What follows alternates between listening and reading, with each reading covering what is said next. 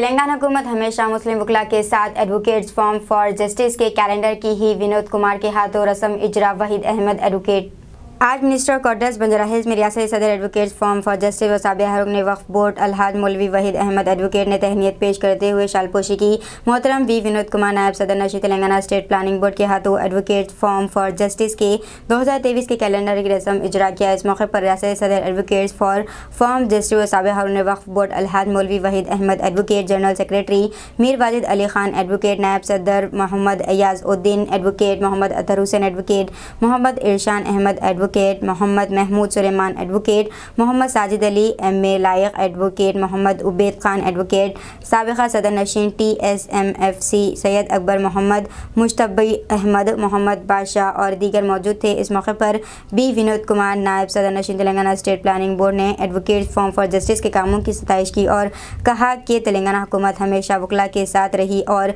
हमेशा रहेगी। इस बार पिछले 70 सालों में कभी मुस्लिम वकला को नुमाइंदगी नहीं दी गई, लेकिन तेलंगाना हुकूमत ने बड़े पैमाने पर नुमाइंदगी दी। इस मौके पर रियासती सदर एडवोकेट्स फॉर्म फॉर जस्टिस व साबिया रुकन वक्फ बोर्ड अलहाज मौलवी वहीद अहमद एडवोकेट ने कहा है कि रियासती वज़ीर आला मिस्टर के चंद्रशेखर राव साहब, मिस्टर के तारक रामाराव और रियासती वज़ीर और बी विनोद कुमार साहब की वजह से बड़े पैमाने पर मुस्लिम वकला को तेलंगाना हाई कोर्ट में नुमाइंदगी दी गई और वो हमेशा अक़लियतों के साथ रही है। वहीद अहमद एडवोकेट ने कहा कि ये कैलेंडर बहुत मालूमाती है और इस तमाम ईदों व त्योहारों को शामिल किया गया और चांद की तारीख़ और इस्लामी महीनों को शामिल किया गया और हमेशा हमारे फॉर्म को हुकूमत ने अहमियत दी।